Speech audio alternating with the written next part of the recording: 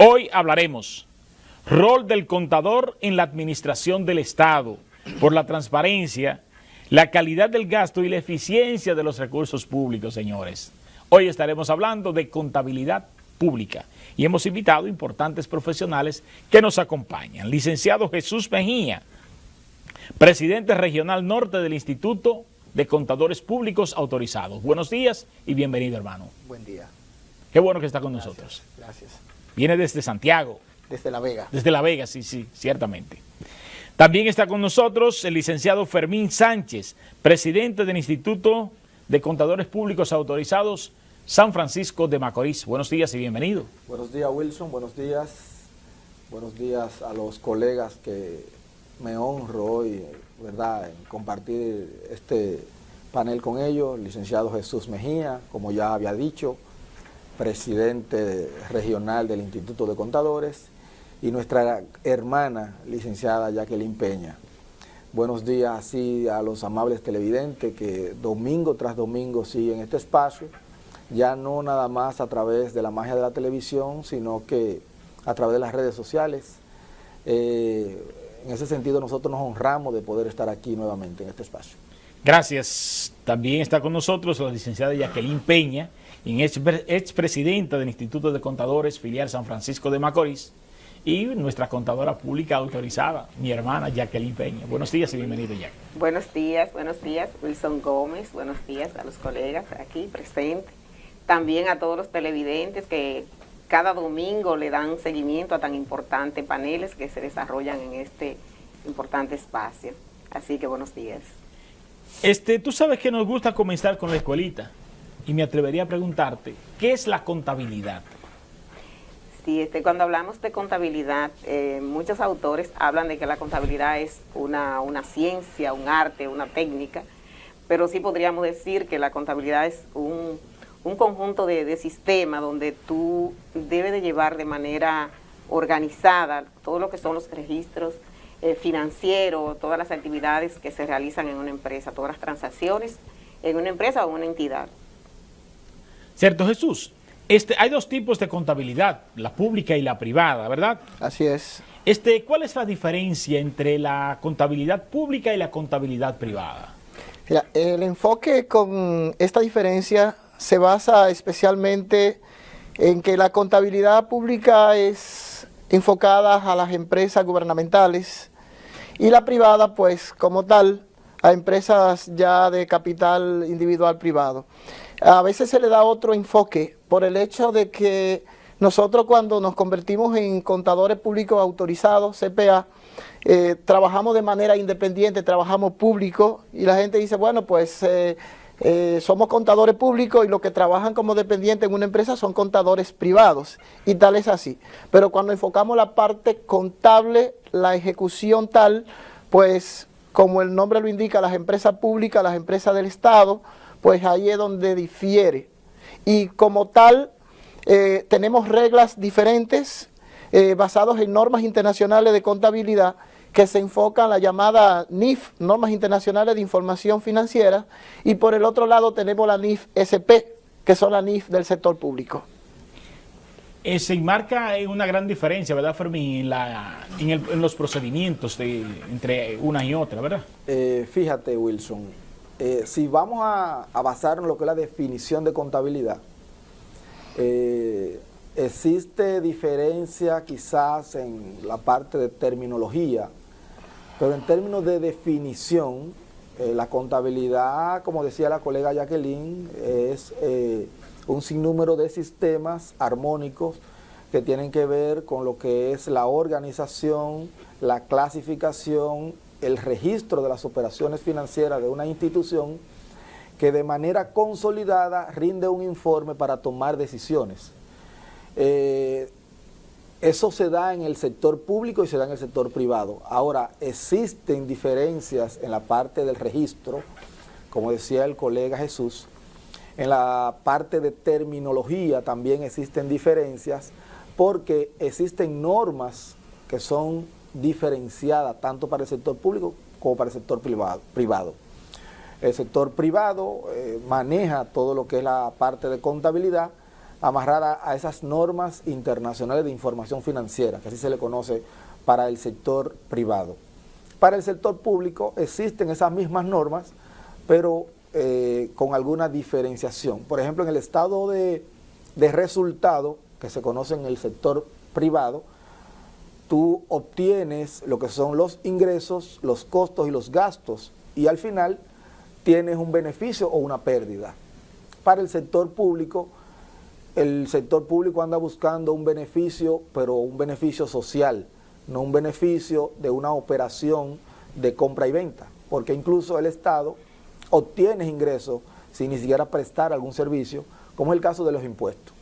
El Estado no presta ningún servicio, pero por imposición le dice a Wilson Gómez que tiene que pagarle tanto de su beneficio. Ahí el Estado no te presta un servicio en ese momento, pero tú de tus ganancias tienes que darle entonces un ingreso. Entonces son diferenciación en la parte de terminología, además de que el sector público basa su contabilidad más en lo que es una ejecución presupuestaria, y en el sector privado, o la parte privada, tiene que ver más con una actividad comercial X.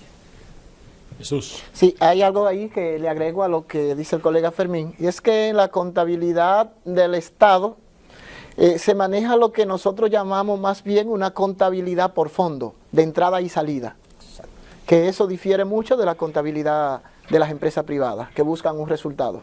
Correcto. Excelente. Sí, es importante señalar ahí que existe lo que es la contabilidad, la clasificación de acuerdo a su origen, y ahí es que entra la división de lo que es la contabilidad pública y lo que es la contabilidad privada, porque también existe otra clasificación que es de acuerdo a la actividad económica que tienen los servicios, que puede ser la contabilidad, que puede ser la contabilidad industrial, la contabilidad por servicio y la contabilidad comercial. Entonces también de acuerdo a las funciones que se realizan dentro ya de la contabilidad, que es contabilidad financiera, contabilidad fiscal y así un sinnúmero de clasificaciones, contabilidad de costo. Ok, ¿son ustedes contadores o ustedes son contables? ¿Cómo es el asunto, Jackie? Las dos cosas. Sí, son contadores. Pero básicamente contadores. Nosotros definimos contable a lo que se puede contar. Ok, entonces ustedes nos pueden contar. También somos contables. Nosotros bueno. tenemos las dos condiciones. Las dos condiciones. Las dos condiciones. De profesión. Somos contables porque podemos contarnos, y somos contadores de profesión. porque de profesión Ok, que ejercemos para la mí son contabilidad. contables porque si no puedo contar con ustedes entonces. Correcto. ¿Qué diferencia? ¿Cuál es el rol del contador? ¿Desde qué punto específico? Dentro de las empresas. Ok. En el organigrama de las empresas. El rol del contador aquí es bastante amplio, porque lo vemos dentro de la empresa, dentro de la sociedad. Dentro de las empresas tiene una función donde allá podemos clasificarlo por actividades. Dentro de las empresas por actividades o por puesto laboral.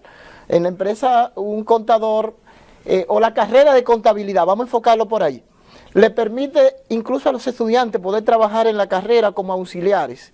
Y tú puedes entrar en una empresa como auxiliar de contabilidad, que si la empresa es grande, puede ser un auxiliar de cuenta por cobrar, de cuenta por pagar, de nómina, o sea, por área. De ahí tú puedes pasar a ser el contador de una de esas áreas, o puedes ser el contador general. Pero de ahí dentro de la misma empresa tú puedes ser un auditor interno. Tú puedes ser, finalmente, nos vamos allá arribota, a llegar a ser un contralor. Contralor es el rango más elevado que puede llegar un contador dentro de una empresa, pero sigue siendo un dependiente de la gerencia de la empresa, porque aunque la contralor está allá a esos niveles gerenciales, pero es un empleado. Entonces, ese contador puede trabajar entonces el rol en la sociedad si se dedica a trabajar de manera independiente, que aquí no tiene que cumplirle un horario a nadie, y como tal, valga la redundancia, independiente. Trabaja con su propio criterio, que es una de las cosas que nosotros los que somos auditores, es una de las principales características que nosotros debemos tener, porque cuando nos toca dictaminar sobre la auditoría de una empresa, En el caso, el auditor no le importa si alguien hizo algo mal hecho o lo dejó de hacer. Si algo quedó mal hecho porque no hizo lo que tenía que hacer, lo que llamamos la omisión. El caso es que él va a dictaminar en base a lo que encontró. Porque como él no depende de nadie, tiene la mente libre para expresar su opinión. Que esa opinión pues se convierte, ¿verdad?, en una opinión de mucho valor, porque es independiente y puede, incluso muchas de las opiniones o de los resultados de un dictamen del auditor puede llegar a diferentes instituciones. Pero hay una función fundamental que nunca se puede quedar, y es que el contador ejerce una función social. Cuando nosotros, ya sea dentro de la empresa o independiente, tenemos que trabajar con el tema de los impuestos, nosotros somos los que determinamos los impuestos que las empresas deben pagarle al Estado. Y con esos impuestos que se le paga al Estado, como su nombre lo indica, ya el colega Fermín mencionaba ahorita, son impuestos por una ley. Y no es que a mí me gusta o no es que yo quiera pagarlo, es que debemos pagarlo. Porque con esos impuestos se pagan los guardias, la policía, los médicos, las enfermeras, se hacen las carreteras, transitamos. Una de las cosas que yo le decía a mis estudiantes cuando estaba en la universidad, porque siempre hay un criterio con el tema de los impuestos, no porque los funcionarios se los roban. Oye, eso es una cosa que todo el mundo lo sabe. Da para ellos pero yo le preguntaba, ¿usted vino a la universidad transitando por una carretera? Sí. ¿Y usted puso un centavo para comprar una funda de cemento? No, yo no la puse. ¿Y si la puso? Quizá la puso tu papá o alguien que pagó impuestos. Ahora, no se identifica, pero se pagó con los impuestos que alguien, a lo mejor de tu familiar, tu papá, tu abuelo, lo puso. Entonces, para eso sirven los impuestos, y si nosotros somos los intermediarios entre las empresas y el Estado, entonces ya con eso estamos ejerciendo una de las funciones sociales que nosotros desempeñamos en la sociedad. Yo diría una de las funciones sociales. Por eso digo una. Por eso digo una. Sí, ¿no? Y el contador está llamado a impulsar lo que es el orden, la transparencia, la veracidad. Ante todo hay que ser ético, hay que trabajar con honestidad 100% en cualquier ámbito que se encuentre. Entonces, a veces yo me quedo así como pensando que hay colegas o ya jóvenes recién graduados como que no encuentran dónde ubicarse, que no encuentran trabajo. Esta área de nosotros es muy, pero muy amplia. Lo único es que usted tiene que capacitarse y trabajar siempre con responsabilidad y honestidad, que los caminos siempre van a estar abiertos para cada uno de ustedes. La contabilidad tiene un campo muy abierto, y sobre todo en los últimos años, porque antes la contabilidad era el contador era la cenicienta de una empresa. Estaba en un cuartico allá atrás en lo último. Ya por lo menos ya hay un departamento en cada empresa, porque saben que una elusión, una omisión, una violación de un procedimiento, pues puede costarle caro. Y esto pues ha hecho importantizar la carrera. Pero en sí las escuelas de universidades, y siempre cargo el dado a las universidades, te forman para el empleísmo. Y el empleísmo te enfoca lo tradicional. Y sabes la cantidad de áreas que se pueden explotar. Por ejemplo, la contabilidad de costo en República Dominicana, eso está en pañales. Son pocos los contadores que se inclinan por esa contabilidad. Y es una contabilidad que puede dejar grandes beneficios, la contabilidad de costo. Así hay otras áreas en la contabilidad que los estudiantes y los profesores debiesen motivar para incursionar, porque es que todos se han ido por la parte impositiva. Ahora, dentro de la empresa, ¿juega ese contador un rol activo en las tomas de decisiones o es pasivo? Jacqueline. Bueno, realmente es pasivo, diría yo, porque ya las decisiones la van a tomar los accionistas o la parte ya jerárquica. Tú sí debes como contador ético, hacer las cosas correctamente, presentar los informes, los detalles y ser analítico también, hacer los análisis y explicar todas las consecuencias que puede traer unas cosas y otras, pero en sí, ya la decisión final, quien la va a tomar sería el dueño o los accionistas de esa empresa. Tu función como contador es tú presentar los informes y explicarlo, ¿sí? Hacer los análisis. A ustedes lo han formado precisamente para eso. Ahora, ¿qué tan saludable, Fermín, pudiese ser que los contadores que conocen las finanzas de una empresa fueran parte también de las decisiones, de la toma de decisiones? De una u otra manera forman parte, porque son los que elaboran esos estados, son los que elaboran esos informes, lo que quizás no le dan la oportunidad de sentarse en una mesa junto con la gerencia para fines de tomar una decisión, pero esa gerencia toma la decisión basada en la información que le pasa el contador. Decía el colega Jesús ahorita, la parte de la Contraloría, el Contralor tiene que ver más con el análisis de esas informaciones para poder dar unas recomendaciones para que la gerencia tome una decisión. Tú decías ahorita el tema de que la contabilidad ya no es la cenicienta de la empresa. Yo diría que todavía hace falta mucho camino que recorrer, porque las empresas le dan la importancia al contador basado en lo que es una contabilidad de cumplimiento. Yo tengo que cumplir con la Dirección General de Impuestos Internos, yo tengo que cumplir con lo que es la ley de lavado de activos, yo tengo que cumplir con lo que es la tesorería de la Seguridad Social. Y entonces, basado en esto, nosotros tenemos que tener un contador, no para que me ayude a tomar una decisión, sino para fines de yo tener un cumplimiento con esas instituciones.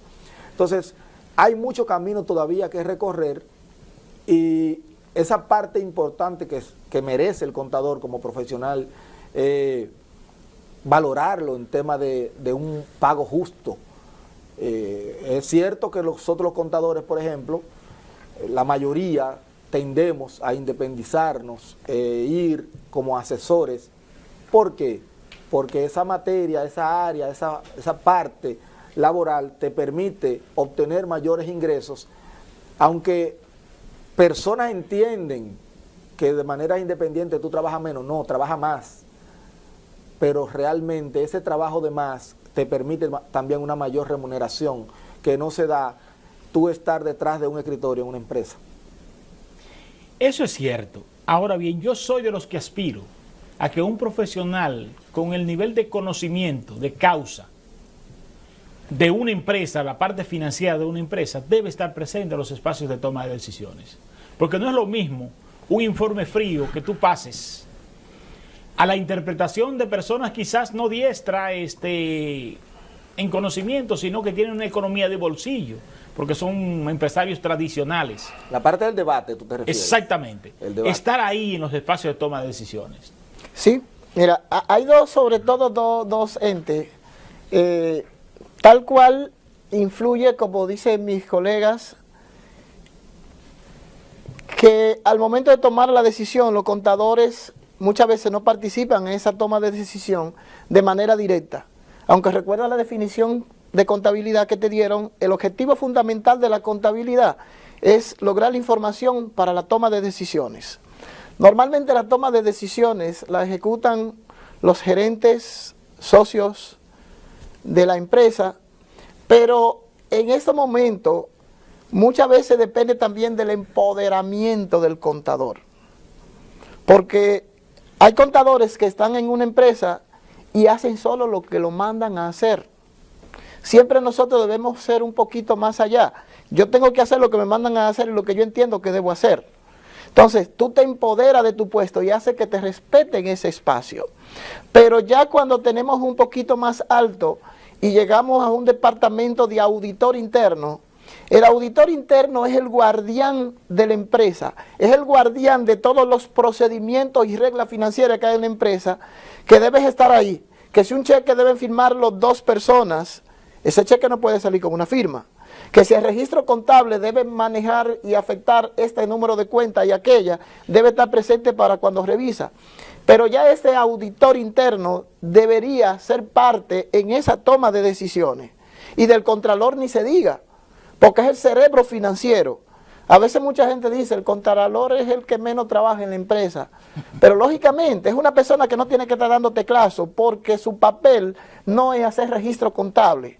Es analizar al final para la toma de decisiones, porque esta persona pasó por todos esos procesos y su papel es más pensar y asesorar a los altos ejecutivos de la empresa. Por lo tanto, ya ahí debe participar en todos los altos niveles de toma de decisiones dentro de la empresa. Jacqueline. Sí, así es, como dicen los colegas, pero hay varios elementos que entran ahí en esa parte, y es que las empresas tienen un contador y quieren que ese contador, como comentaba el colega Fermín, haga todo. Y existe lo que es la Tesorería de la Seguridad Social, existe lo que es el Ministerio de Trabajo, existe lo que es la contabilidad financiera, existe lo que es la contabilidad fiscal. Entonces, ¿creen ustedes que un contador, una persona, aparte de todas estas funciones que tiene que dirigir, supervisar, analizar, puede entrar a un debate, a tomar en la toma de decisiones con los accionistas y las empresas y los empresarios? Es casi imposible. Entonces, aunque se quiera hacer, yo entiendo que debe haber una mayor concientización en el sector empresarial, y para que al momento de querer tener su empresa organizada, puedan tener diferentes profesionales clasificados en las diferentes áreas, y ustedes verán que sí, el contador va a poder participar en las tomas de decisiones y orientar. Algunos tienen que hacer las cartas e incluso hacer la función de mensajero.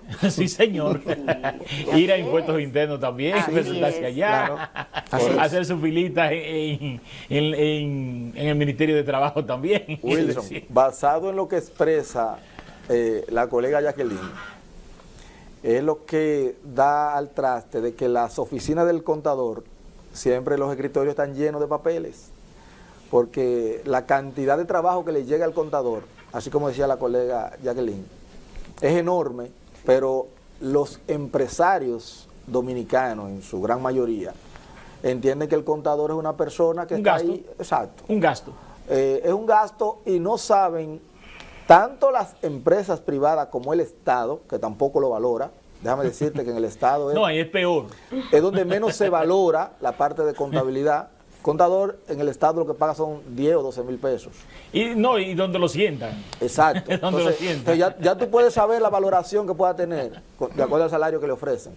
Entonces, esa importantización que requiere un profesional de la parte de contabilidad, que tiene que ver cuando tú estás como encargado de un departamento de contabilidad, ese profesional, para fines de analizar la información, pero debe tener todos los auxiliares para las distintas áreas de la parte de contabilidad que le permita tener fluidez con la parte del trabajo y no tener ese cúmulo de trabajo en todos los escritorios de las oficinas de la contabilidad. Hemos hablado del contralor. A mí me gustaría, Jesús, que me desmenuce la función de un contralor dentro de una empresa. Sí, así como te lo dije de manera resumida, el contralor es un gerente. O sea, no es un contador normal el que van a llenar de papeles. Ya por eso te mencionaba, debe participar en la toma de decisiones, porque es un analista financiero que ya ha pasado por todos los procesos desde auxiliar, auditor interno, contador general de las empresas, y ya tiene un cúmulo de experiencia, de manera tal que esto le permita que cuando llegan los estados financieros de la empresa a su mano, ya sea el que defina las decisiones que se deben tomar con esto dentro de la empresa. Es decir, que ya esto es un enfoque gerencial y de alto nivel dentro de la empresa. Que es el que se encarga de ver la calidad del gasto, la calidad del manejo de los procedimientos, ¿verdad? Es correcto. Exacto. Y ya, exactamente, ya por eso ya su papel es más de toma de decisiones, y también pues al momento de hacerla, que nunca se pierda ese papel de independencia. Porque la decisión de él, de su criterio, con los dueños de la empresa, con los gerentes, depende mucho el futuro de la empresa. Exactamente. ¿Y la gerencia financiera, Jacqueline? Su función. Sí, cuando hablamos de la gerencia financiera, tomar en cuenta ahí todo lo que es la administración de los controles en la parte financiera, como tú lo estás diciendo. Todo lo que tiene que ver con los ingresos, con los gastos, que todo esté bien sustentado, que las personas que están bajo su supervisión cumplan con los estándares, y sobre todo lo que son los estándares de la normativa. En fin, la parte financiera debe de mantener siempre la vigilancia y la supervisión total. Que debe ser independiente de lo que es el departamento, por ejemplo, de créditos y cobros de una empresa. Exacto, debe de controlar todas esas partes, porque cada quien va a tener una función y mantener siempre lo que es como su criterio independiente dentro del sistema. Aunque tú trabajes en una empresa de manera privada y tú seas el contador de ahí, tú tienes que mantener tu criterio, como decía el licenciado aquí Jesús Mejía, de ser tu criterio personal, profesional, debe mantenerse ante todo. Y que existe también en los diferentes departamentos un paralelismo de funciones, que al fin y al cabo pues uno tiene que evaluar la otra, pero debe de mantenerse esa acción paralela de cada uno, porque por ejemplo, a la hora de créditos y cobros ejecutar, no puede estar influenciado, por ejemplo, por la agencia financiera o por Contraloría, ¿verdad? ¿O sí? Bueno, en este caso sí puede, porque es un departamento que estaría por debajo de esos departamentos. En el organigrama, ¿cuál es el orden de esos departamentos? De esos departamentos iría en la parte financiera. Si lo vemos, el contralor sería el que estaría allá arribota. Luego vendría gerencia financiera. Luego vendría ya departamento de auditoría interna. Y después viene entonces contabilidad general. Ya el contador general de la empresa puede estar, vamos a decir, todo esto va a depender de empresas grandes. Que se entienda esto. En las empresas pequeñas no hay contraloría. Uno solo. Uno es que es el contralor, contador, auxiliar y hace todo. Exactamente. Entonces, ya dentro de esas empresas grandes tú vas a tener un gerente de créditos y cobros. Entonces, ya en este tipo de empresas tú puedes tener ese gerente de créditos y cobros, que en el organigrama incluso puede estar acorde con el contador. Si de lo contrario vamos a tener un contador general y esos departamentos van a quedar debajo. Esos departamentos, vamos a decir, llamaríamos operativos quedarían. Y pues allá al fondo quedarían entonces los auxiliares. Excelente. Entrando a la contabilidad pública. Wilson, déjame dar un aporte ahí sí, para culminar esa parte con relación a la gerencia financiera. La contabilidad, cuando se lleva de manera estricta en una empresa, está basada en una normativa, una norma que establece cuáles son los procedimientos que se deben de cumplir en un departamento de contabilidad. Entonces, como decía el colega Jesús, de abajo hacia arriba tenemos los auxiliares que son de manera operativa hasta el departamento de contabilidad. Son las partes operativas que se encargan de hacer las digitaciones, los registros, las clasificaciones, la organización de la documentación y la preparación de algunos informes. Ya la gerencia financiera, entonces, tiene que ver con lo que es la parte del cumplimiento, pero a esa normativa existente. Ya la parte de la Contraloría lo que hace es que analiza más esa información que le han suministrado esos departamentos de más abajo. Entonces, hay una parte que es operativa plenamente y hay otra parte que es más de gestión o administrativa, la parte de análisis para los fines de la toma de decisiones. Excelente. Cuando hablamos de contabilidad pública, Jacqueline, ¿cuál es la real situación de la contabilidad pública en la República Dominicana? Bueno, como comentaban ustedes hace un momentito, que por ejemplo existen profesionales del área, por ejemplo contadores en el área de contabilidad. A veces no necesariamente tiene que ser un contador en la administración pública, a veces hay un profesional ocupando una área que tal vez no está con las competencias. O sea que existe el intrusismo. Bueno, quizás, no sé, tal vez. Nos dicen a nosotros los comunicadores cuando no somos periodistas. Entonces, a ustedes también. Sí, eso es más normal en la contabilidad, en las instituciones públicas, que normalmente no se está midiendo tanto lo que son las competencias que tienen los profesionales para ya llamarlo como un servidor público. Eso es parte de lo que se da en el día a día. Pero hemos ido cambiando, las cosas han ido mejorando y yo creo que va a llegar un momento en que si usted no cumple con los estándares, no va a poder estar en una posición ya definida del área que le corresponde. Por ejemplo, usted puede encontrarse en cualquier institución pública en la actualidad un encargado de una área y quizá no tiene ni siquiera el grado de de licenciado en contabilidad. Eso se puede dar. Eso es un problema del Estado dominicano que viola sus propias leyes, porque se supone que ustedes inclusive son colegiados y que hay una ley que les sustenta como colegio. Para la operatividad se necesita un contador público autorizado que avale los diferentes procesos, ¿verdad? Y entonces es el propio Estado el que viola las normas y coloca allí un compañerito de la base.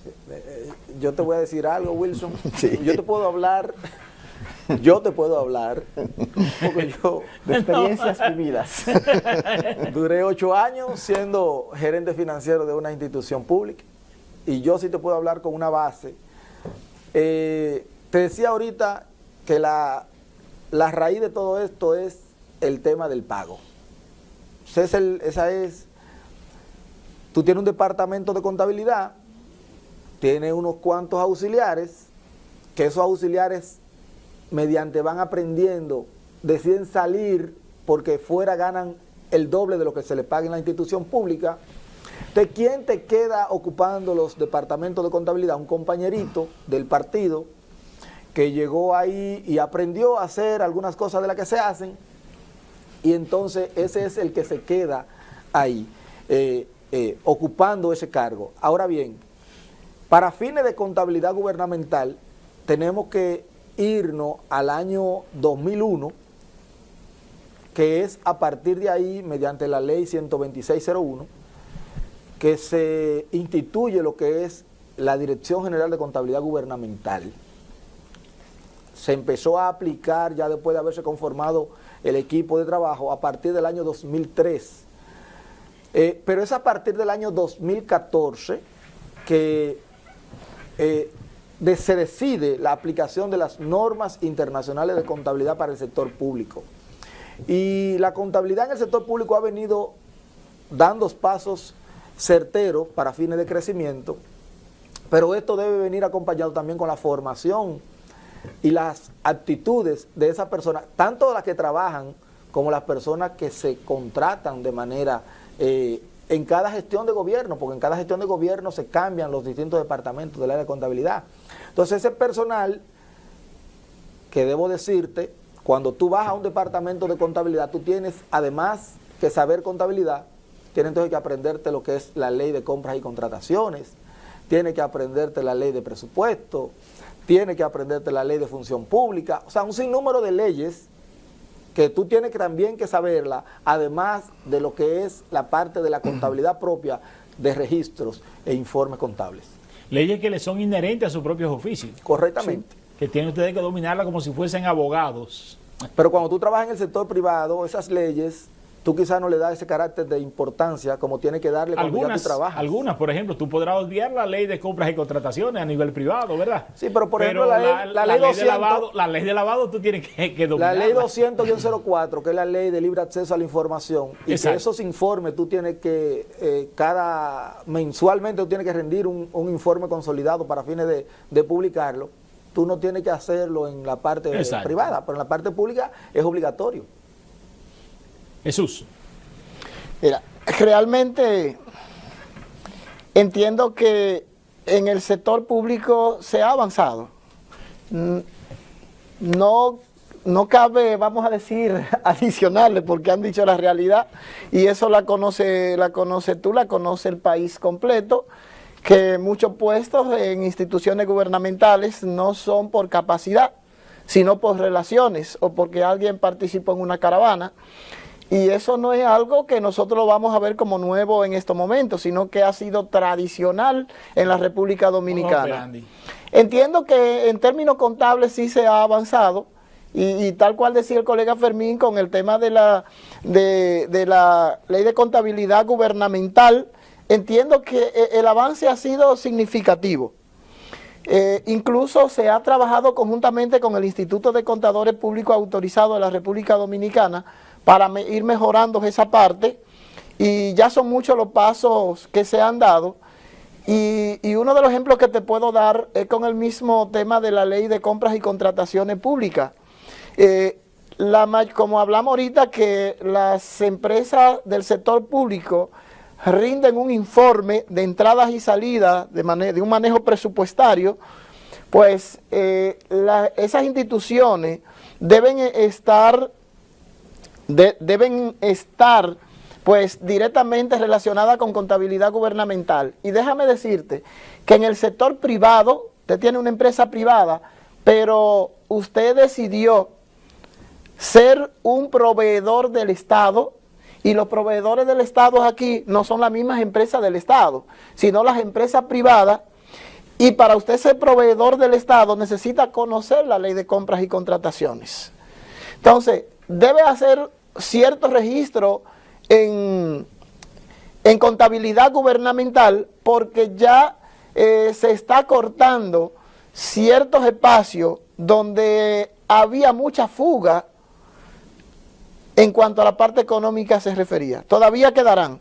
Pero ¿sabe usted que usted le daba un servicio a una institución del Estado y le guardaban el cheque, y en términos sencillos y claros podemos decir, le secuestraban el pago? Sí. Y para sacar ese pago había que motivar a alguien. Sí. Había que motivar a alguien. Pero cuando ahora le dicen que ya no le van a pagar con cheque, sino que usted va a suministrar una cuenta y que debe registrarla en contabilidad gubernamental, y que cuando ese pago está listo le van a hacer una transferencia, pero para que ese pago esté listo, usted debe depositar un expediente. Ah, mira, que esa compra, usted le va a presentar un proyecto al Estado. Mira, pero usted tiene que depositar todos los documentos legales de la empresa. Y en esos documentos legales están los estatutos de la empresa. Pero resulta que tenemos aquí el ejemplo, el colega Fermín, que sabemos todo que es político, tiene una función en la sociedad como tal. Usted no puede venderle al Estado. Así está establecido mediante la ley 340. Entonces, la ley dice que si usted es un funcionario, sí, usted no puede tener una empresa donde usted sea el principal socio y le voy a vender al gobierno. No, entonces ahí hay una influencia porque él tiene ciertas relaciones. Pero aunque él no sea el principal, si él tiene mayor de un 10% en una sociedad con la cual se va a hacer negociaciones con el Estado, él no puede participar. O sencillamente la empresa no puede ofertarle el producto o servicio al Estado.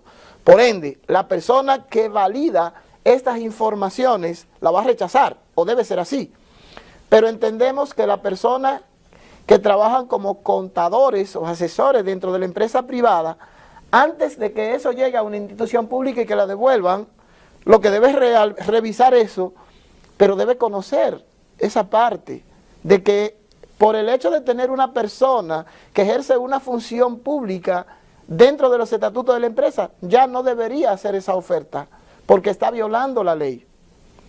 Pero cuando estos documentos llegan, requieren, por ejemplo, que se depositó para el pago de la empresa que nosotros conformamos y le vendemos a una institución pública. Pero ¿qué es lo primero que se piden cuando dice que van a hacer el pago? Certificaciones. DGI. Usted debe estar al día en el pago de sus impuestos en la DGI. Usted debe estar al día en el registro de sus empleados en la tesorería de la Seguridad Social. O sea, son básicamente por ahí. Puede aparecer otra, dependiendo del tipo de institución, dependiendo de la oferta de servicio o de bien. No debe estar vencido el registro de proveedor del Estado. El registro de proveedor del Estado, el registro mercantil. O sea, sí. usted tiene como institución privada que cumplir con una cantidad de leyes que están establecidas en la República Dominicana. Pero si dejamos un poquito la empresa privada y nos vamos a la institución pública, que debe presentar un expediente para que les repongan su presupuesto, cuando ese documento llega allá, cualquier cheque debe tener un fajo de papel de este tamaño. Sí. Conozco. Debe tener esto. Entonces, eso significa que ese cheque o esos desembolsos deben estar plenamente justificados. Anteriormente, cuando un ayuntamiento le pagaba a usted por una publicidad, primeramente no hacían las retenciones del lugar, y luego que se empezó a ejecutar las retenciones, la mayoría se quedaban con el dinero que debería ir a la DGI, se quedaban en las arcas del Estado, pero del ayuntamiento. Eso no se pagaba. Todavía. Y todavía muchos se quedan. Todavía hay muchos. muchos que lo hacen. Hay que lo hace. ¿Por qué? Porque ya tenemos, luego de una alarma, hay una norma de la Dirección General de Impuestos Internos que obliga a las instituciones públicas a que deban hacer esos reportes. Y por eso usted ve que ya al día de hoy, muchas instituciones, cuando usted le da servicio, tiene que darle su certificación.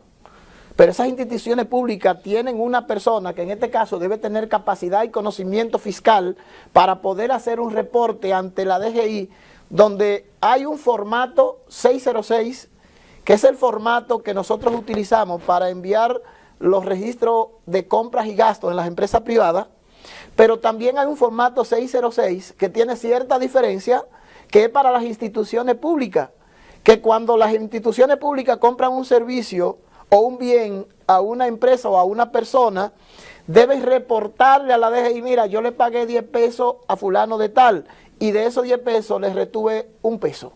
Entonces, eso deben enviarlo, y ya muchas instituciones públicas lo están haciendo. Por eso cuando nosotros damos un servicio a ciertas instituciones, he visto esto mucho con los ingenieros que dan servicio de obra, que cuando vamos a nosotros como independientes a reportarle, ya tienen un reporte hecho en impuestos internos. No, mira, usted no facturó. Hay una inconsistencia. Usted no facturó 1 millón de pesos. Aquí dice que a usted le pagaron 5. Una inconsistencia. Ah, pero este cheque dijo, no, hay una inconsistencia. Entonces, todos estos cruces de información que se dan es porque realmente podemos ver que hay una mejoría en cuanto al tema de la contabilidad a nivel de las instituciones gubernamentales. Jacqueline. Sí, con relación a lo que es la selección del personal, tanto las empresas públicas como privadas, yo entiendo que si estuviéramos de una manera organizados 100% y nos lleváramos de lo que establece la ley, existe lo que es el Instituto de Contadores, la ley 633. Si al momento de elegir un empleado, usted le exigiera que debe de estar registrado en el Instituto de Contadores, pues yo entiendo que las cosas tal vez fueran diferentes, porque el instituto se encarga de muchísimas actividades de formación para esos profesionales del área de contabilidad. Entonces, en el sector público no exigen eso, y tampoco en el privado, pero yo entiendo que sí, debería cumplirse con esa parte y las cosas funcionaran mejor. Ciertamente, porque uno de los peores problemas que tenemos los dominicanos es el marketing relacional.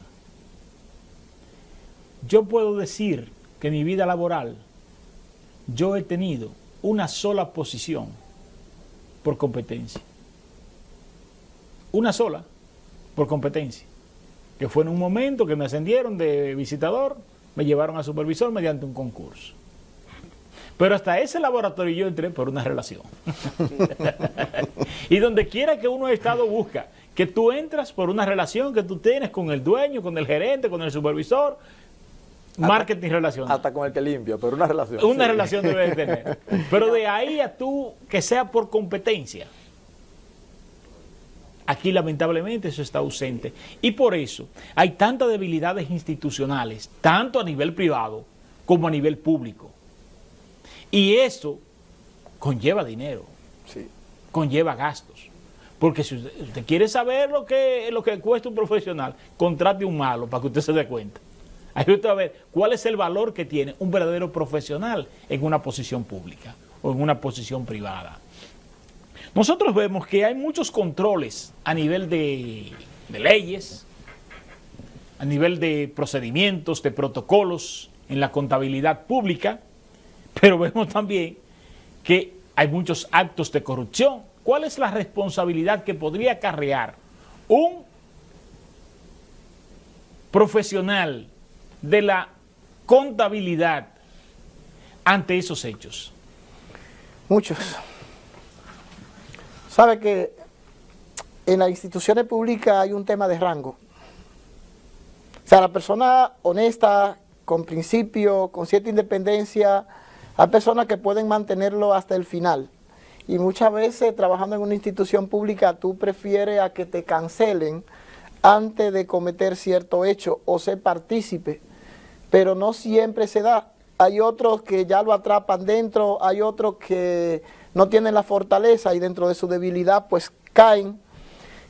Hay un tema de ambición económica que se maneja a nivel de la mayoría de los seres humanos, y todos estos son factores que se pueden ir usando, pero también uno de los más comunes es el tema de superioridad, es el tema de rango.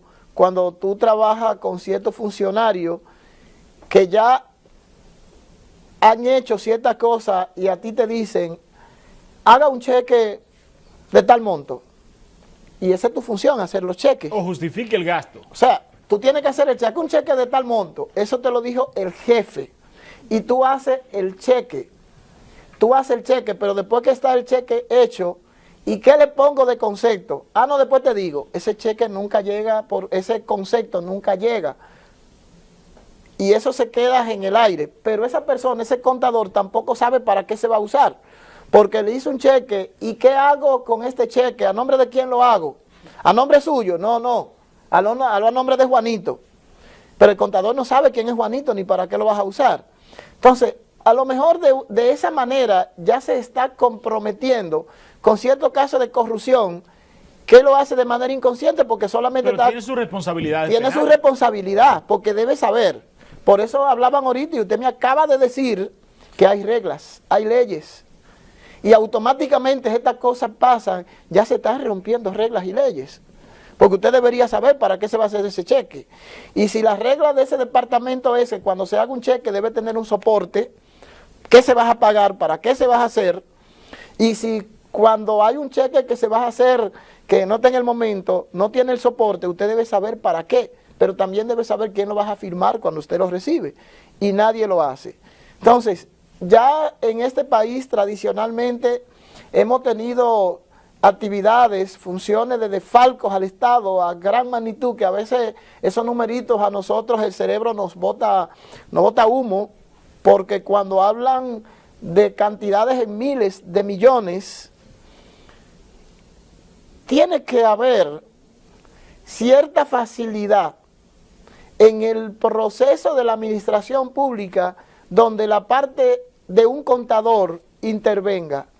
Y por eso pues ya nosotros hemos visto contadores, funcionarios de nivel, a nivel de finanzas, sentados en el banquillo de los acusados. O sea, no se escapa, y es por esta razón, en el día de hoy entonces, a pesar de que sí tienen ciertos rangos de responsabilidad, porque yo creo que más que otra cosa es un tema de ambición con cierto funcionario del que tenga más millones, y lógicamente que en la mayoría de los casos esas cuentas no van directas a sus cuentas personales.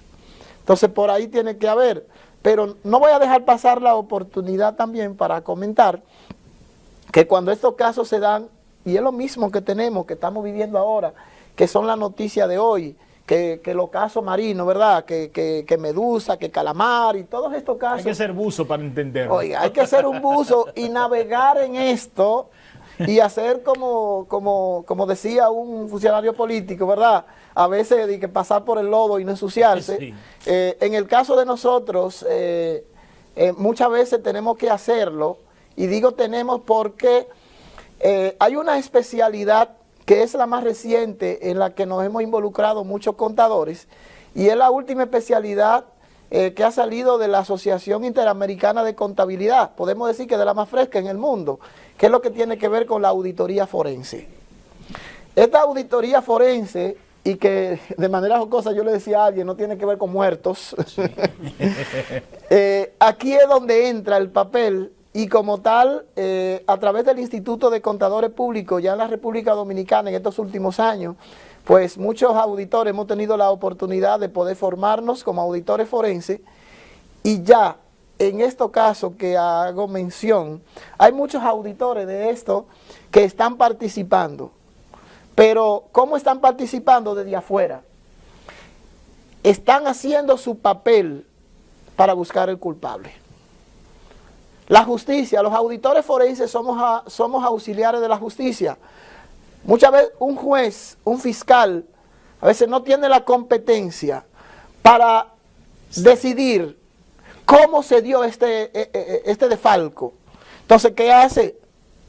Bueno, pues yo me voy a auxiliar de un experto en la materia, de un auditor que conoce los números, conoce los procedimientos, y este va a ser mi ayudante. Entonces la justicia contrata auditores forenses, y en este caso el auditor forense pues va a hacer los procedimientos adecuados para brindar un informe a la justicia con lo que estos puedan tomar una decisión. Mire, todo va allá. Tomar una decisión, fulano es culpable, fulano no es culpable, pero los auditores forenses jamás van a decir quién es culpable o quién no, porque no somos jueces, no somos abogados, nosotros no somos fiscales. Nosotros vamos a hacer un trabajo apegado a la ley. Y ahí en ese resultado pueden salir contadores culpables. Ojalá que no encontremos ninguno nunca cuando hagamos estos trabajos, pero lamentablemente puede ser. Y para poder usted emitir una opinión, realmente hay que ser independiente.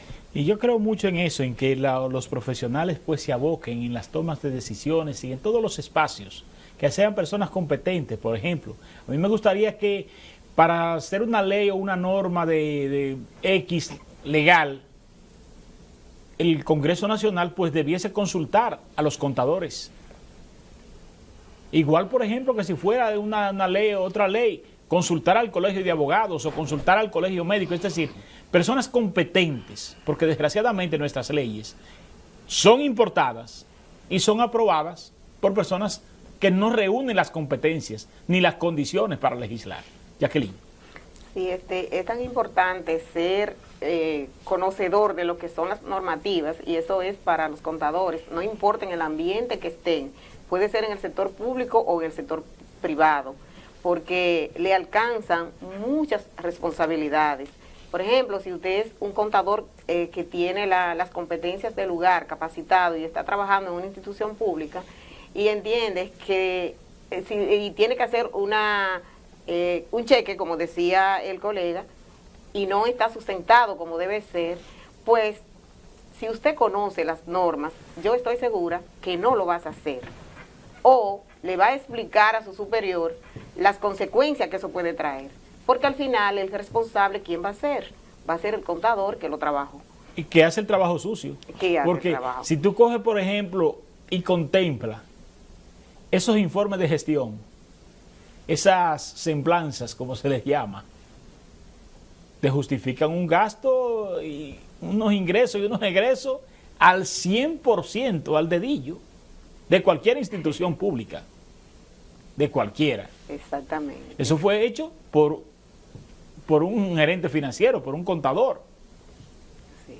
Pero cuando desnudan ese informe, nos damos cuenta que hay maco, como decimos aquí en el Cibao. No, y lo más probable es que ese contador no reciba nada, ningún beneficio no recibe, de eso, exactamente. no, sino la responsabilidad. El trabajo sucio. Exactamente. Pero también, si nos vamos al sector privado, recuerden que la responsabilidad es fuerte, y más ahora con la ley de lavado de activos, que viene de la ley 155-17, que te carga una responsabilidad bastante significativa a nosotros los contadores. La debida diligencia en cada actividad o en cada cosa que vamos a hacer. Y la ilusión es alta a nivel privado. Sí, claro. Muy Así es. alta. Sí, sí. Así es. Sobre todo con la seguridad social. Y si aquí se desnudara eso, hubiera mucho problema. Fermín. Bueno, decirte, Wilson, que un contador puede ser cargado de responsabilidad, sea por acción u por omisión. Te decía la colega Jacqueline que si la persona tiene las suficientes competencias y te mandan a hacer un procedimiento que tú conoces, que violenta algún procedimiento, alguna ley, es muy probable que tú le pongas un stop e incluso le recomiende a ese supervisor o a ese gerente o a ese director, que es quien finalmente te firma el cheque, le pudiera recomendar o ponerle en observación cuáles serían las consecuencias de hacer esa actividad. Pero eso si tú tienes las competencias adecuadas y citarle la base legal que estaría violando en un momento de hacer esto.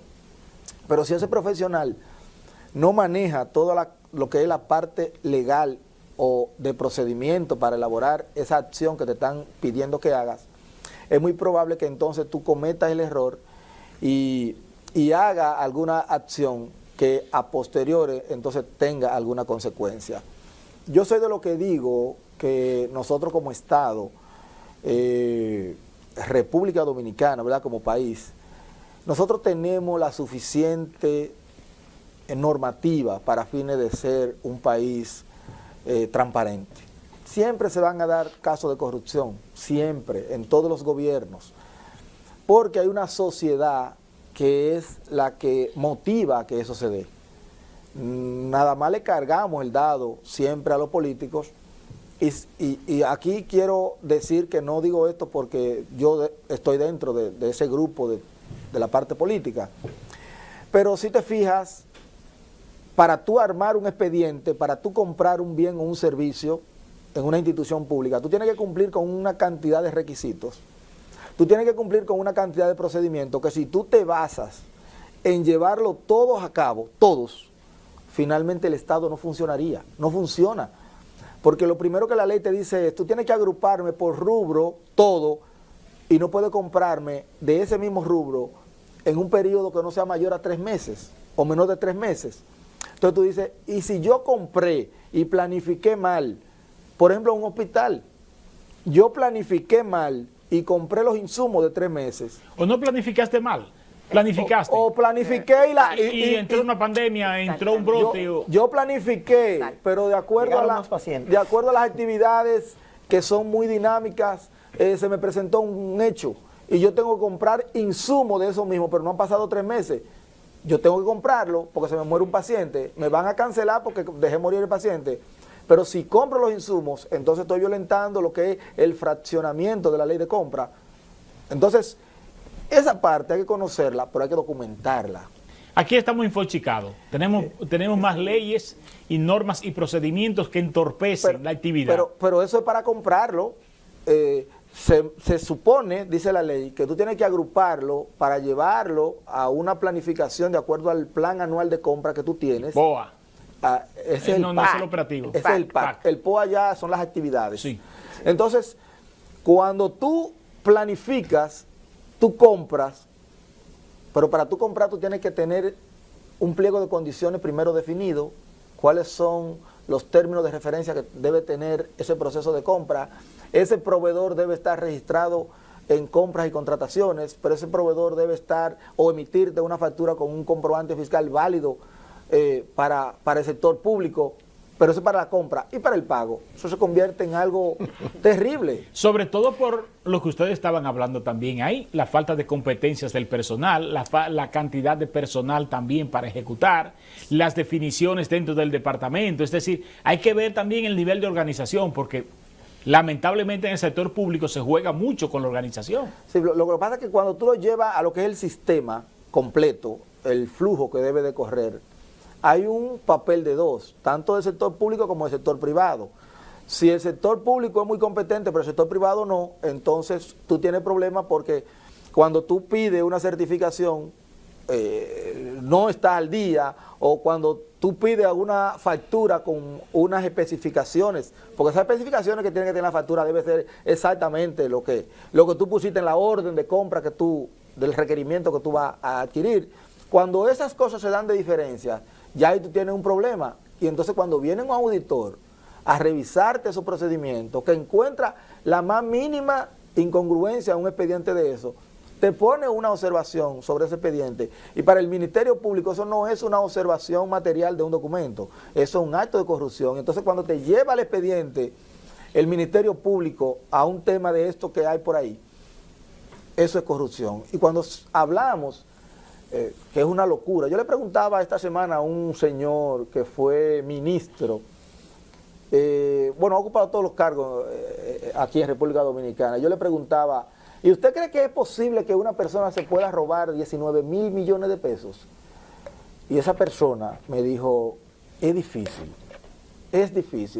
Lo que pasa es que dentro de ese monto de los 19 mil millones de pesos se contemplan una cantidad de montos de procedimiento, falta de un procedimiento, falta de cualquier cosa, hasta que una factura está tachada, pero el bien abajo tiene un requerimiento o tiene un documento que acredita que ese bien llegó, pero tiene una tachadura y por eso se le hizo una observación, o el comprobante fiscal no era válido, no estaba aprobado por la DGI, y entonces este documento ya conlleva a que tú pongas un ojo visor y digas, óyeme, aquí hay un problema, déjame ver, y pongo una observación en un dictamen, y ya eso conlleva, dentro de la suma de esos 19.000 millones de pesos, como un acto de corrupción. Yo con esto no digo que no se dé, porque tú sabes lo dinámico y lo novedoso y lo ingenioso que somos nosotros. Creativo. Eso es creativo. Eso es lo creativo que somos. Yo no estoy diciendo con esto que no se dé, pero sí te digo que se dan este tipo de acciones y que entran dentro de ese macro de documentaciones para fines de llevar una acción ante el Ministerio Público. Por ejemplo, el caso de aquí, de San Francisco de Macorís, del ayuntamiento, cuando se hizo el sometimiento al anterior alcalde, de 400 millones de pesos. 400 millones de pesos. Que sumaba precisamente, prácticamente lo que había recibido del presupuesto de la... No, era algo más, porque al presupuesto de hoy, el presupuesto que nosotros hacemos para el año es de 361 millones de pesos. Exactamente. Y estamos hablando de 10 años atrás. No se pagó nómina, no se pagó... Estamos hablando de 10 años atrás. Entonces es un tema, realmente. Hay un factor que funciona en la justicia, que a veces es un tema de impacto de noticia. Morbo. El morbo se vende. Entonces, mira, Fermín movió 2.000 millones de pesos, pero a lo mejor él recibió 1.000, pero esos 1.000 millones lo depositó. Y para que salieran había que pagar cheques para que salieran. Entonces la entrada y la salida, suma los 2.000. Se suman. Entonces eso se visualiza en los procesos judiciales cuando hablan de movimiento, porque ahí hay un morbo y todo eso. Entonces tiene un impacto en la sociedad que no siempre es tal cual pues se dice. Hay una ética entre ustedes que Jacqueline pues ha hecho alusión en varias ocasiones, ¿verdad, Jackie? Sí, así es. La ética del contador. Sí, tenemos lo que es el código de ética, donde debemos ante todo ser éticos. Y yo creo que hemos venido hablando desde el principio, que cada función que usted vaya a desempeñar debe de hacerlo con honestidad, con responsabilidad, porque eso es lo que nos caracteriza a nosotros como contadores profesionales, éticos, donde debemos dar lo mejor de cada uno de nosotros, ser responsable ante todo. ¿Cuáles son las consecuencias de las violaciones éticas de los profesionales de la contabilidad? Sí, es amplio porque hasta la justicia puede ser sometida. Enmarcado en el instituto. Sí, puede hasta perder lo que es el exequatur, pero como te hablaba ahorita, anteriormente, recuerda que no todas las personas que se gradúan del área de contabilidad a veces no entran al instituto. Y aparte de eso, las instituciones, tanto públicas como privadas, no le exigen al profesional al momento de darle un empleo que formen parte de lo que es el Instituto de Contadores. Entonces yo creo que ahí hay una gran debilidad.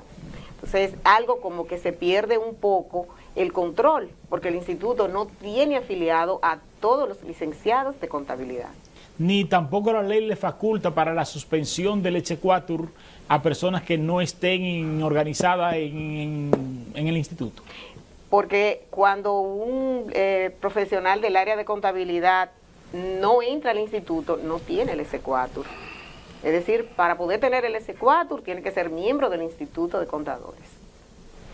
Mira, nosotros tenemos la ley 633 sobre contadores públicos autorizados. Y esta misma ley establece que cuando nosotros nos graduamos en la universidad como licenciado en contabilidad, sabe que ya esos términos van dependiendo de las universidades. Licenciado en contaduría pública, licenciado en contabilidad, licenciado en contabilidad y auditoría, y una serie de términos mercadológicos que usan las universidades, y el que le parece más bonito, por ahí usted se va. En el caso, la misma ley pues te manda a que cuando te gradúas, que tenga tu exequatur, te registre en el Instituto de Contadores Públicos Autorizados de la República Dominicana. Ley 633, que todavía la tenemos desde 1944, ya próximo a cumplir 79 años, pero voy a aprovechar para informarle, nosotros tenemos un proyecto de ley de modificación de la ley 633 que hoy reposa en el Congreso y que esperamos que antes de que el año termine, pues nosotros podamos tener eso ya totalmente modificado. Entonces, cuando entramos al Instituto de Contadores Públicos Autorizados, pues ya tenemos aquí una serie de reglas, pero el hecho de la parte del Código de Ética no deben cumplirla solamente los miembros del instituto, sino todos los que somos contadores.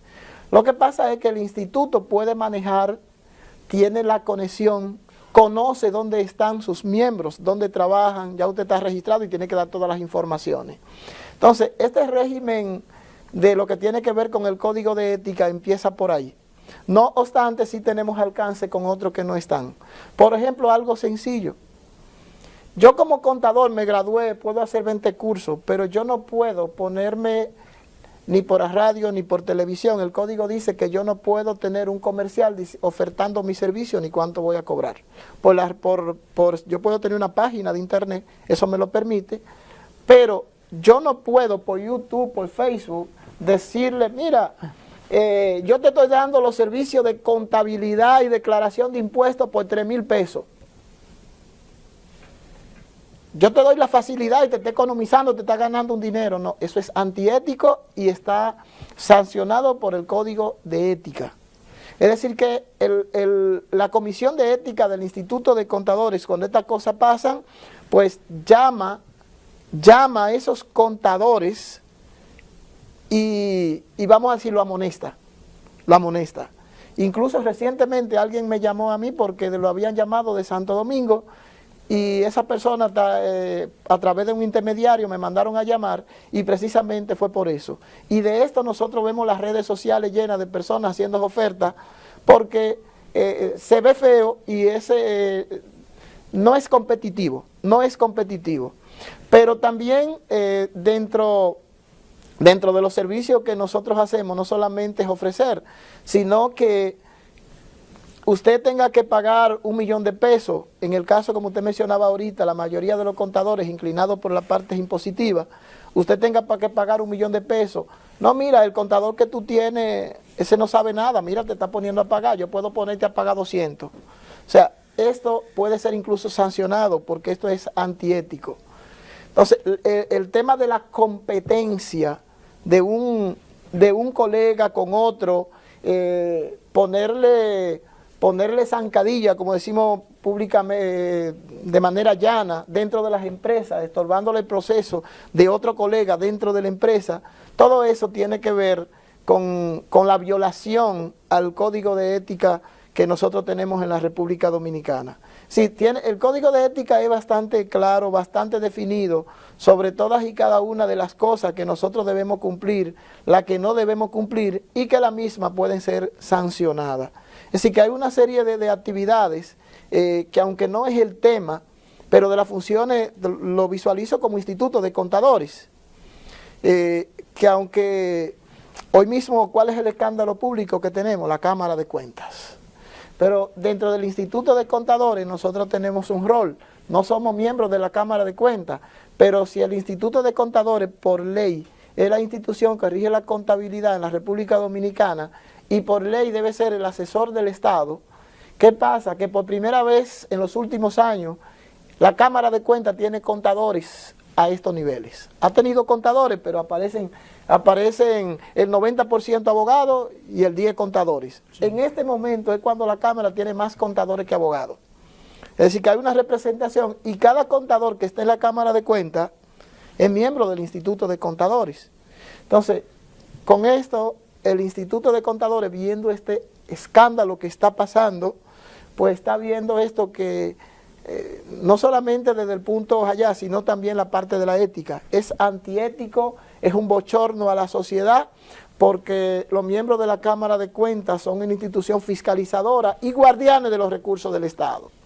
Entonces, ya el Instituto de Contadores, enfocando esa parte, que es un poco bochornoso para nosotros como institución, como contadores, ya hizo un llamado, ya emitió de manera pública una nota de prensa ya expresándose sobre este caso. Y es por un tema ético. Y que ya las cosas han avanzado prácticamente muchas veces se tiene el consejito de la abuela en cuestiones éticas, por ejemplo, no, tú no puedes publicar tu precio, tú no puedes hacer esto, tú no puedes hacer otro, pero ya el delito se ha ido mucho más lejos. La falta de ética ha llevado ya a la comisión de delitos. Entonces tenemos una institución que uno de los errores que he cometido es no haber hecho un panel sobre la ley de colegiación.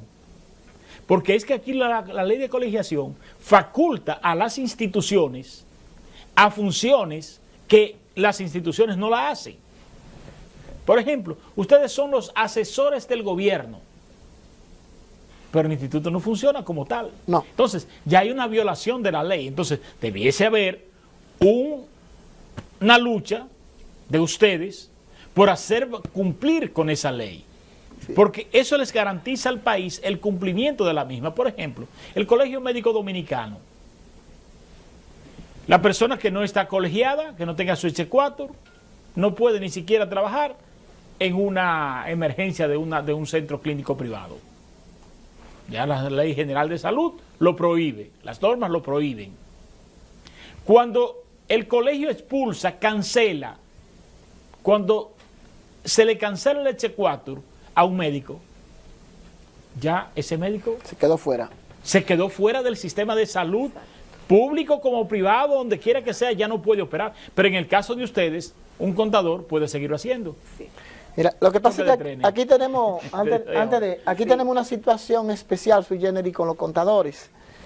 Y es que aparte de la ley 633, que da origen al Instituto de Contadores Públicos Autorizados de la República Dominicana, nosotros tenemos aquí también el Colegio de Contadores Públicos en la República Dominicana, el llamado CODOCON, que es otra institución que agrupa una cantidad de contadores, pero el CODOCON tiene su origen por un decreto. También hay un tema político que viene por ahí, porque este nació por un decreto, y en cierto momento, pues, por ejemplo, aquí los contadores en términos económicos, cuando nosotros hacíamos una declaración jurada de impuestos sobre la renta para una empresa, debíamos comprar un sello y presentar ese sello en esa declaración jurada, pero ese sello tenía un costo. Y esos ingresos generados por ese sello eran la principal fuente de sostenibilidad económica del Instituto de Contadores. Pero por un tema político gubernamental, un presidente dijo, no, la mitad de estos ingresos van para el instituto y la mitad de esos ingresos van para el CODOCON. O sea, hay un tema económico que ha venido navegando por ahí. La visión financista de entonces, una parte de los contadores pertenecen al CODOCON, otra al instituto. Lógicamente que para ciertas funciones, muchos de los que están en el CODOCON tienen que ser miembros del instituto porque si no, no estarían facultados por la ley. Pero todavía existe la división. Ahora, ¿qué buena noticia te puedo dar? Que la ley de modificación, el proyecto de modificación que tenemos a la ley 633, se hizo en conjunto con el CODOCON.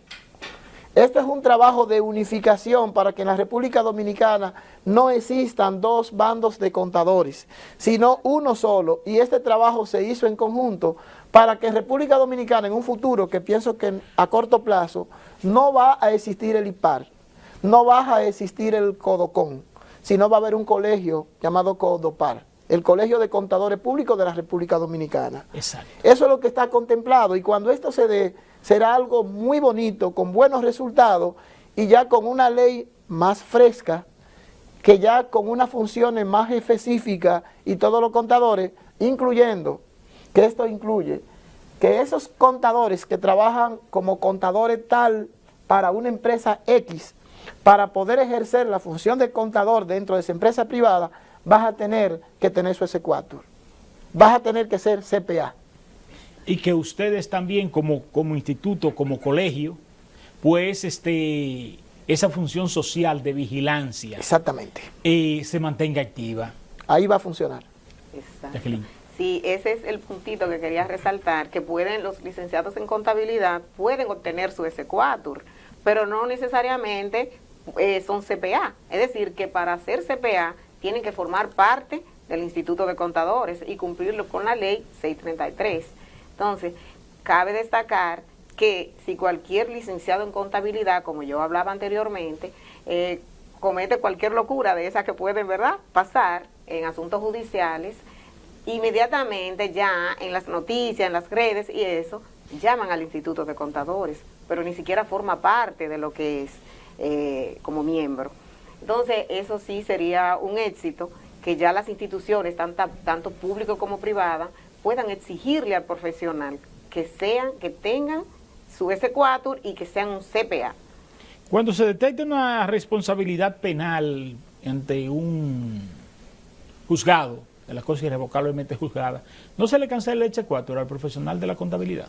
Sí, hay una comisión de ética dentro del instituto, y también hay una comisión disciplinaria que tiene esas funciones para tales. Ok, También depende del peso también de la de la acción que se haya cometido. Exactamente, sí, sí. De la acción penal ligada al ejercicio del oficio. Exacto. Porque si es una comisión de un hecho desligada al oficio, pues ni modo. Pero ya ligada al oficio debiese ponerse correctivos. Sí, sí, porque uno de los mayores problemas que tenemos los dominicanos es la falta de un régimen de consecuencias. Es decir, hacemos lo que hacemos y no hay un régimen de consecuencias. Para todo, porque para todo. Decía Fermín ahorita que tenemos muchas leyes. Lamentablemente ese es el caso. Aquí tenemos leyes para todo. Las que no podemos cumplir. Las leyes están hechas. Hasta lo que te exigen más que lo que se puede hacer. Así es. Nuestro directo amigo Fermín tiene un gran compromiso que cumplir, ¿verdad? Pero tiene una responsabilidad que comunicarnos a nosotros sobre la Semana del Contador que se aproxima. Vamos a darle la oportunidad y luego volvemos con ustedes. Fermín. Hoy estamos a 7 de mayo. Precisamente nosotros poder estar aquí hoy conlleva parte de lo que son nuestras actividades, de lo que el instituto denomina lo que es la Semana del Contador. En este espacio hoy vamos a decir a esos colegas y a esos empresarios de aquí de San Francisco de Macorís las distintas actividades que nosotros vamos a desarrollar en conmemoración del Día del Contador y la vamos a celebrar en la Semana del Contador. El próximo domingo iniciamos las actividades con una misa a las 9 de la mañana, eso es en la Catedral Santa Ana. El lunes próximo, que es el lunes 15, pues tenemos una charla en coordinación con la Dirección General de Impuestos Internos sobre la facturación electrónica. Es un tema de novedad que se está impartiendo en todas las provincias del país y nosotros quisimos que en la Semana del Contador pues poder impartir esta charla que es de importancia tanto para los contadores como para los empresarios. El miércoles, que es el Día del Contador, 17 de mayo, pues tenemos a las 9:30 de la mañana un encuentro en el Parque Duarte, donde vamos a depositar un arreglo floral en el busto de Juan Pablo Duarte. Ahí vamos a estar un sinnúmero de colegas contadores y aprovechamos la ocasión para invitar a esos estudiantes, a esos maestros y algunos empresarios que siempre están vinculados al Instituto de Contadores a que el próximo miércoles a las 9:30 de la mañana nos demos cita en el Parque Duarte, donde vamos a estar desfilando hacia el busto de Juan Pablo Duarte y depositando un arreglo floral. Ese mismo día, miércoles, ya a las 6 de la tarde, pues entonces tenemos una charla importantísima sobre lo que son las inversiones de valores o la bolsa de valores. Esta charla será en el restaurante El Dorado, 6 de la tarde. Aprovecho, Wilson, y te hago la invitación de manera directa, muy importante. Y ya después de culminado esta parte de la charla, pues entonces tenemos un compartir o un breve compartir ahí mismo en el restaurante El Dorado, donde vamos a estar compartiendo una copa de vino para celebrar lo que es el Día del Contador. El viernes 19, pues tenemos una charla en coordinación con la Tesorería de la Seguridad Social que vienen a explicarnos el manejo del SWIFT, que es el sistema que se utiliza en la Tesorería de la Seguridad Social, y ahí mismo vamos a estar hablando de lo que es el registro sobre los trabajadores del hogar o las amas de casas. Eso es un tema también de relevancia y de novedad que en los últimos días se ha venido hablando sobre el tema del registro de estos empleados que tenemos en la casa, ya que el Ministerio de Trabajo pues autorizó a que este tipo de empleados estuvieran registrados en la Tesorería de la Seguridad Social. Vale decir, Wilson, que el Día del Contador, sé que mis colegas van a abundar un poquito de la historia, se viene celebrando desde el año 1949 y que nosotros en continuidad a estas actividades pues tenemos esta semana con estas actividades a desarrollarse aquí en San Francisco de Macorís, y sé que nuestro colega Jesús va a hablar del programa a nivel nacional. Excelente, gracias Fermín por haber estado con nosotros. Gracias a ti por la oportunidad. Pueda cumplir con ese otro compromiso que tiene. Jesús, precisamente de eso queremos hablar, de por qué se celebra ese día, el Día del Contador. Día del Contador, 17 de mayo de cada año.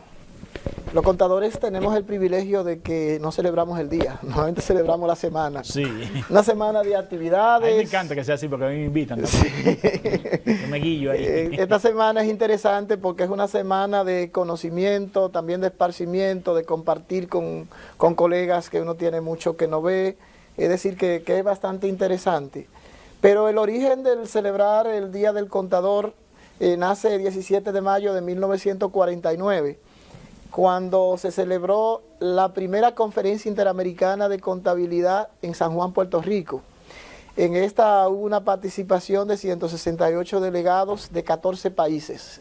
Y aquí entonces quedó instituido que ese sería el Día del Contador, y de ahí en adelante pues ya tenemos esta actividad en una gran cantidad de países. Algunos países fuera lo difieren, los relacionan con el tema de Fray Luca Pacioli, que es que nosotros llamamos el padre de la contabilidad, y se hacen una celebración del Día del Contador relacionado con él. Pero el de nosotros, que es lo que nos interesa, pues 17 de mayo de cada año.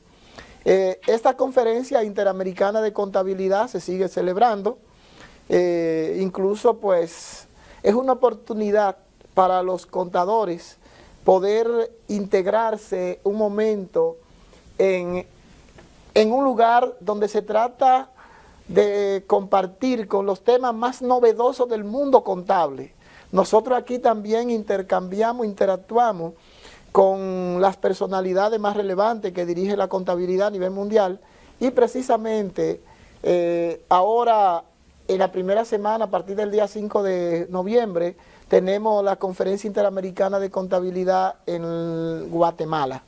En la ciudad de Guatemala, pues ya aquí nos estamos preparando una comisión bastante significativa para nosotros ir a Guatemala. Además, en el año 2024, el próximo año, nosotros tenemos en República Dominicana el gran compromiso y la responsabilidad de montar lo que es la Cumbre de las Américas, que es el otro gran evento contable a nivel interamericano, con la participación de 24 países. Entonces, el año pasado estuvimos en Panamá, en la cumbre, y se nos entrega la llave para nosotros como responsables ya en el 2024. Aparte de participar en la 6C, que así le llamamos, en Guatemala, también nosotros vamos a promocionar esta actividad, porque aparte de los contadores dominicanos que asisten, es sumamente interesante que a nivel de Iberoamérica pues tengamos esa participación. Pues sí. Ahí está el origen del Día del Contador, y todo esto pues se celebra en este ámbito. Ok, excelente. ¿Tienen ustedes actividades a nivel regional, verdad? Sí, realmente esta es la gran fiesta de los contadores.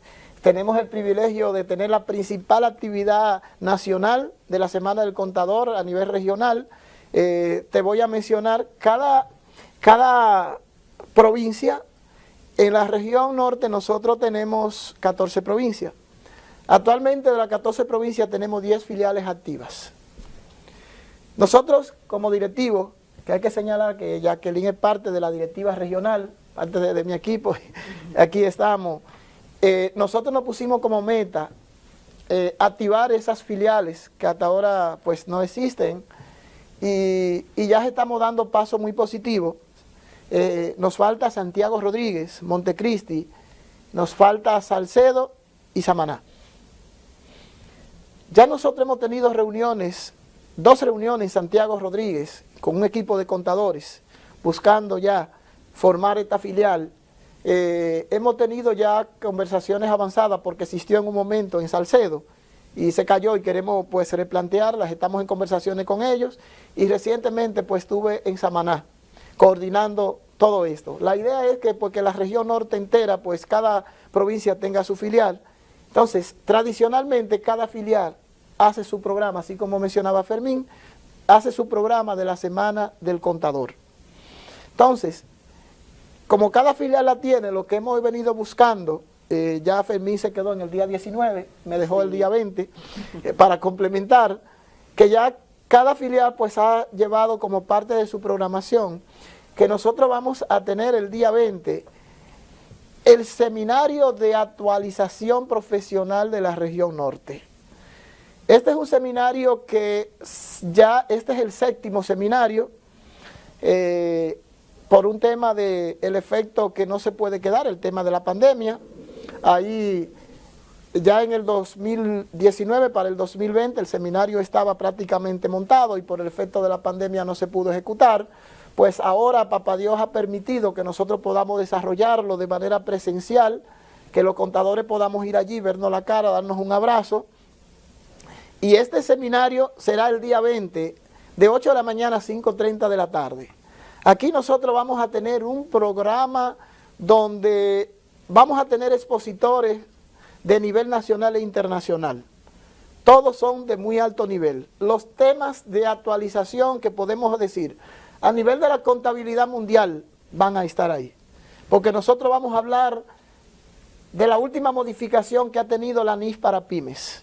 República Dominicana, el 95-97% de las empresas son pymes, pequeñas o medianas. Ha existido a través de la Asociación Interamericana de Contabilidad, ya ha existido una modificación de esas normas, pues la vamos a tratar aquí. Nosotros vamos a tener el tema de la norma de calidad, que es un tema que se ha venido tratando. Y esta norma de calidad, pues tenemos el privilegio que fueron elaboradas por un contador dominicano, que ahora es uno de los vicepresidentes de la Asociación Interamericana de Contabilidad, Nelson Hans, y Nelson Hans lo vamos a tener ahí. Nosotros vamos a tener allí un tema de auditoría forense que no se puede quedar, y nada más y nada menos que Richard Gómez, quien es el presidente de la Comisión de Auditoría Forense de la AIC, que al mismo tiempo es de la Comisión de Auditoría Forense del Instituto de Contadores. Vamos a tener tema de impuestos que no se puede quedar, pues viene de la Dirección General de Impuestos Internos. En principio, pues, lo expreso, era el director que venía. Ya teníamos una confirmación, él no se lo había confirmado, y de repente al director lo llamaron para una actividad del SIAC en Italia. Entonces tiene que irse, entonces ya nos va a mandar otra persona. Pero es un tema, por lo tanto invitamos a todos los contadores de la región y nacional a que se integren con nosotros, que será un gran evento. Día 20, solamente 5,000 pesos. Esto es un apoyo, esto es un aporte para los gastos. Excelente. Una de las cosas que me gusta a mí del Instituto de Contadores es precisamente ese celo que ustedes tienen con cada uno de sus miembros, por mantenerlo siempre actualizado de cada uno de los procesos y procedimientos. Nosotros podemos afirmar que cada miembro del Instituto de Contadores está preparado, porque ustedes se encargan de eso, de actualizarlo. Brevemente, ya en la parte final, Jacqueline. Sí, bueno, darle las gracias, ¿verdad? ¿A ustedes será yo? No, a Wilson, que siempre está pendiente. Yo digo que nosotros lo adoptamos, Jesús, nosotros adoptamos a Wilson como parte del instituto. Ese es un apoyo total y miembro constante. honorífico. Sí, increíble. Siempre está ahí para nosotros. Nos sentimos honrados de estar aquí y poder traer siempre y compartir con ustedes temas en que podamos aportar a la sociedad y motivar siempre a los estudiantes del área de contabilidad y a los contadores que no forman parte de nuestro gremio, que por favor se acerquen. Recuerden que nosotros estamos aquí trabajando siempre en el instituto y que lo nuestro es un servicio. Nosotros no buscamos bien personal, no buscamos nada material para nosotros, sino para todos. El bienestar social. Esto es una obra social, como decimos. Así es. Jesús, brevemente. Pues invitarle a todos los contadores, a los que son miembros del instituto, a los que no son miembros, a los estudiantes que se integren a todas las actividades de la Semana del Contador, que pueden participar también de este evento, de este seminario, aunque no sean miembros, para que compartan con las personalidades y con los temas más relevantes de la contabilidad, auditoría y tributación nacional e internacional, y que de la misma manera tenemos un programa bastante amplio a nivel nacional, muy numeroso, donde aquí, para aprovechar este espacio, todos los años se elige un contador. Nosotros tenemos como punto de referencia a Juan Pablo Duarte como primer contador de la República Dominicana, y se ha instituido el premio Juan Pablo Duarte.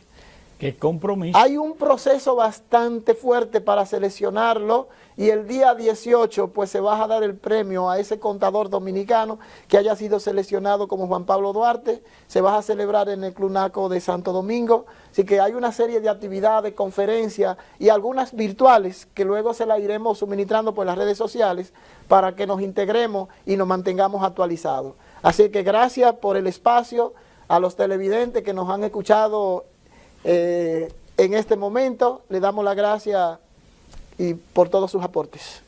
Gracias a ustedes, que son los que nos hacen el aporte de traernos la calidad de la información, que son ustedes los profesionales que dominan los temas y por ende los que deben opinar y educar a esta población, que es lo que procuramos a través de este espacio, gracias al concurso de ustedes y de muchos profesionales que aquí se dan cita. Gracias Jesús, gracias Jacqueline y gracias a nuestro hermano Fermín y a ustedes por mantenerse con nosotros. La búsqueda de la verdad en la profundidad de la realidad misma. El poder de la información. Un programa de panel semanal dedicado al análisis de los temas con los exponentes más calificados en un diálogo de altura y objetividad. Por el Canal 8 de la comodidad de tu hogar, en la cama o en el sofá, junto a tu familia. Ahí disfrutarás el poder de la información. Cada domingo de 9 a 11 de la mañana por el Canal 8.